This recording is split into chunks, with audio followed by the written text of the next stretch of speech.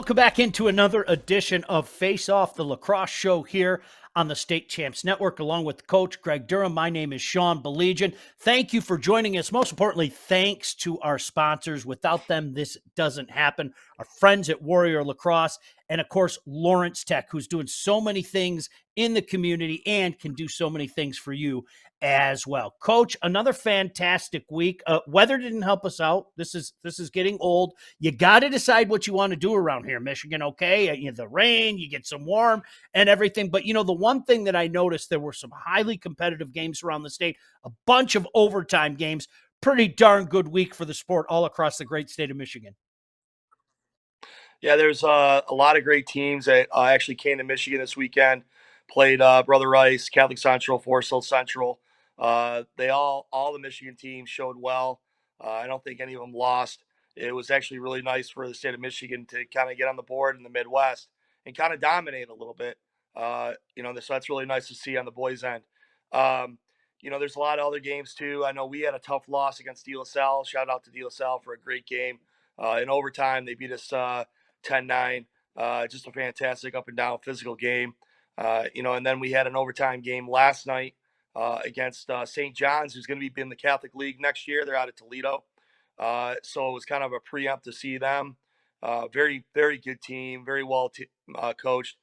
We played them, beat them in overtime. So it was like, you can't get enough overtime games in one week. Heart attacks or get the defibrillator out, get ready to go. But it was a lot of fun, very competitive game. Boys had a great time. It was a great win for us moving forward to this week, which is going to be more competition. So it's just getting tougher and tougher as we go through this end of the season because the last week of league games for most of the leagues is going to be this week. Next week are going to be a lot of the conference championships, and then the season kind of rolls right into the playoffs, in which we're going to be seeding pretty soon. So. Yeah, one of the things that jumped out to me, I'm glad that you brought up, bringing in Loyola Chicago and St. X from Cincinnati. Good showing by Catholic Central. I know Forest Hill Central won a game as well. They knocked off St. Xavier. But Greg, I love things like that. I just think make it bigger, make it better. Get not only some of the top end teams in this state together, but bring in other teams. I say it all the time. These little mini tournaments, there's a reason to watch, there's a reason to get excited, and there's a reason to talk about it after the fact. And in my opinion, you want to help grow something, you put these types of tournaments together and make them bigger and better every year. And I think that's one good thing that we've seen in the lacrosse community is you have these types of weekends. And shout out for Lawrence Tech for hosting those games on Friday, I believe. That was a huge thing too. It gets everybody excited. You go to a nice facility. You see some high level lacrosse. I mean, you're talking, you know, 15, 20 guys on rosters there that are playing Division One next year. I mean, that's unbelievable the amount of talent that were on these teams. So bringing those type of players in, growing the game, showing the youth today, hey, anybody can go and play at this level if you put your hard work to it. So it's really nice to see both Rice, CC, and Forest Hill Central competing very well. And not to be undone, the girls have had a fantastic week as well. And I think, at the tippy top is a fantastic battle of the Titans, if you will, on the west side. Forest Hill Central hadn't lost yet. They have been rolling. They had been number one pretty much on everybody's list, let alone our list. And props to the girls at Rockford for a big win over Forest Hill Central. I have a feeling those two squads might see each other again, Coach Durham, but a huge win for the Rockford ladies. I mean, you're talking about probably one of the better teams in Division One and one of the best teams in Division Two, Forest Hill Central. And Forest Hill Central is really kind of just taking the lead all year. This is a rival game. This is a crosstown rivalry game, west side of the state. Back and forth game. Isabel Osborne had 3 goals. Madison Pyle had 3 goals for Rockford in the victory. And Delaney Smith, who's kind of lighting up this year, she led the way for Forest Hill Central with 5 goals in FHC's first loss. But doesn't take away from the battle that they have because that game could have went either way. And games like 12-9, that's a tight game. People don't realize 3 goals. No, it's a tight game. up and down. If you watch the girls lacrosse, you'll understand what I'm talking about. Even boys as well. Like those 3-4 goal games are tight because you can score in a matter of 10 seconds, 12 seconds. If you get the draw in the girls game or the face off in the boys, those are really crucial possessions. And that's really what's happened this year is you notice the teams that are very good in both boys and girls. The boys, if you have a great face-off guy, you keep yourself competitive in games. Girls, if you can win the draw a majority of the time and get possession and lead your offense, you're going to probably have a better chance to win games if you get your percentage of draws are high in the 60% range. So Well, you know what? I think on that cue, we'll take a look at the ladies. We'll go ladies first here with the updated rankings. Coach, I think it was easy. You let the play on the field decide. Perhaps how the rankings are going to play themselves off. And with that being said, a little change in our girls' top 10, Division One and Division Two combined. well, I'm going to put Rockford number one. They beat Forest Hill Central. They deserve it. Put them one.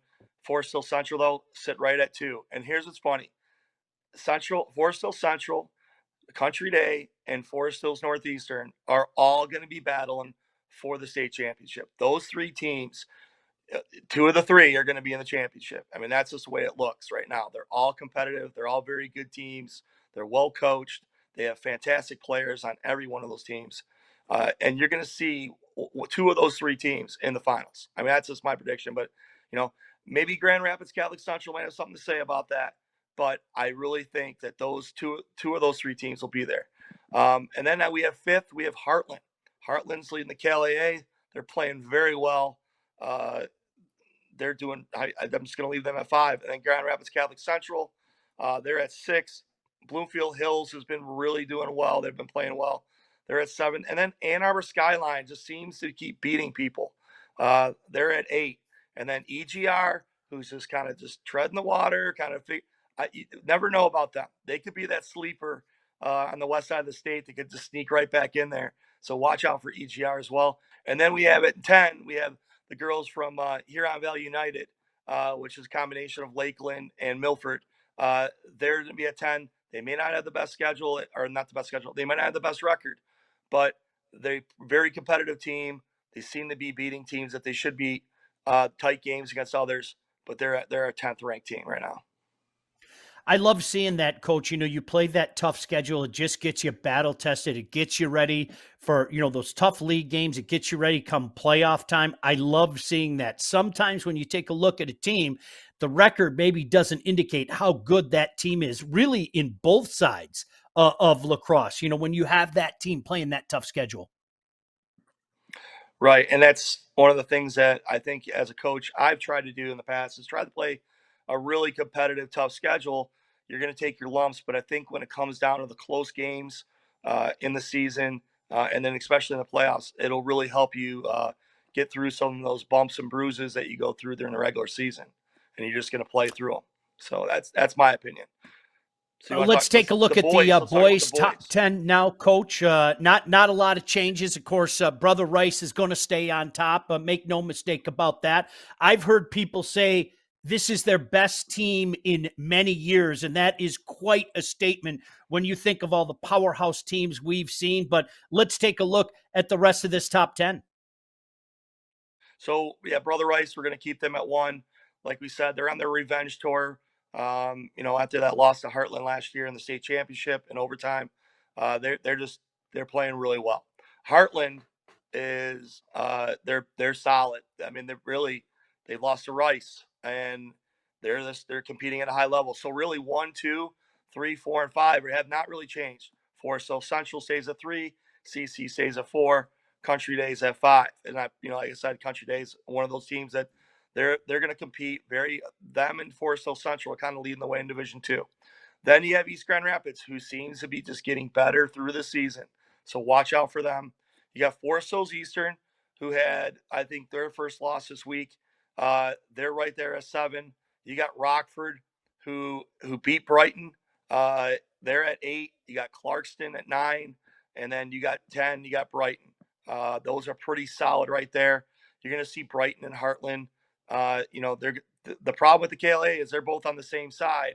So one, if Heartland beats, I think Heartland's going to be representing the KLA championship on their side of the things.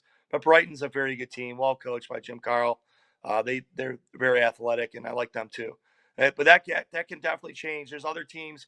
Grand Ledge is playing another big week this week. I like to see them get back in the top 10 too. But there's a lot of good teams still left to play. So.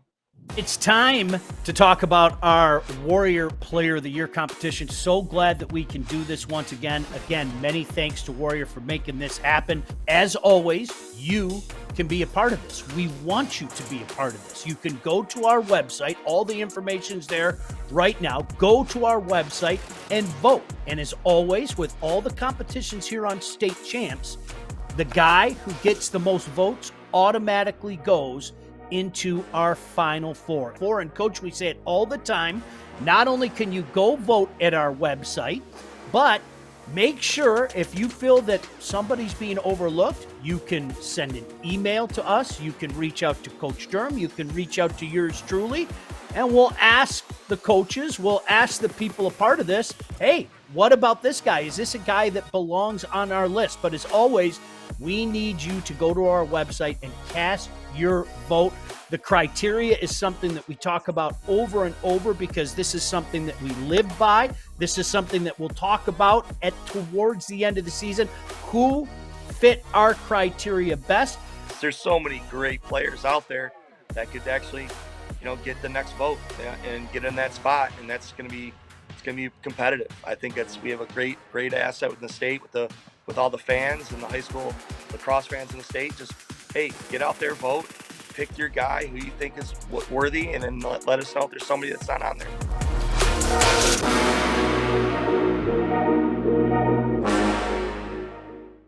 Per usual, there's some fantastic games on the slate this week. Coach Durham, what do you have on your docket? What are you looking at in regards to some of the top games around the great state of Michigan this week? So if you're getting ready to watch some boys lacrosse and you need to go watch a really good boys lacrosse game, there's going to be two for sure this week. Dublin Jerome is coming in Friday night. They're one of the best teams in Ohio. They're coming up to play Brother Rice on Friday, and they're going to play Heartland on Saturday. So if you can't make one of those games, give it a try.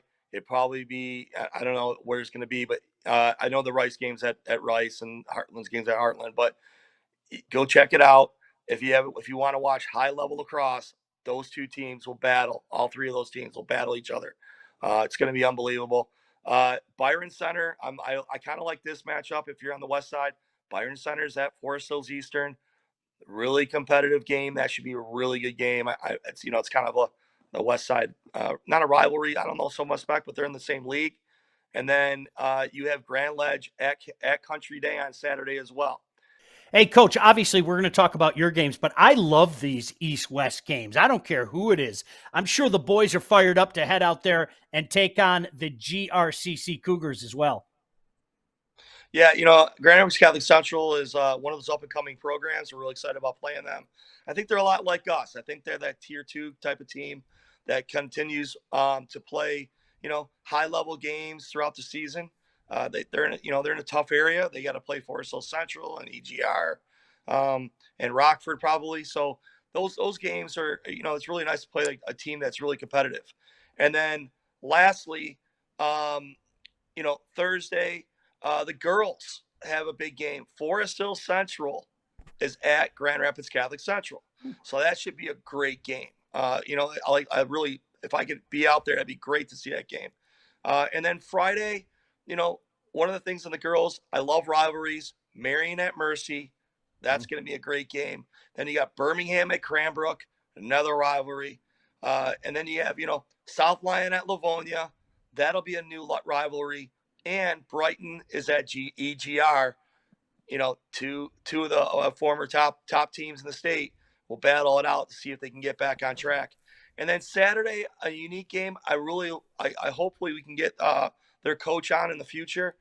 Cass Tech is playing at Brighton, so it's really going to be something to see how the Cass Tech ladies are doing this season and see them take on a pretty decent program over at Brighton. Outstanding. Hey, Coach, it flies by per usual. We ask everybody watching to make sure you go to our website and be a part of our Warrior Lacrosse Player of the Year. Coach, good luck to you. I know you got a busy week, including to the west side. Want to thank you as always and wish you and OLSM some good luck. Good luck to everybody out there. Thanks to John Kidd behind the scene. Most importantly, thanks to you for joining us. For the Coach Durham, my name is Sean Baligian saying we'll talk to you next week on State Champs Face Off, the Lacrosse Show. State Champs Face Off is presented by Lawrence Technological University. Be curious. Make magic. Visit ltu.edu. Face Off is also brought to you by the Michigan High School Athletic Association, promoting the value and values of educational athletics. The Michigan Army National Guard, a proud sponsor of the MHSAA. Warrior Lacrosse, Michigan-based, Michigan-built. Visit warrior.com. The Detroit Athletic Club Foundation Male and Female Athlete of the Year Awards. Who will be this year's award winners? Find out live June 5th only on the State Champs Sports Network.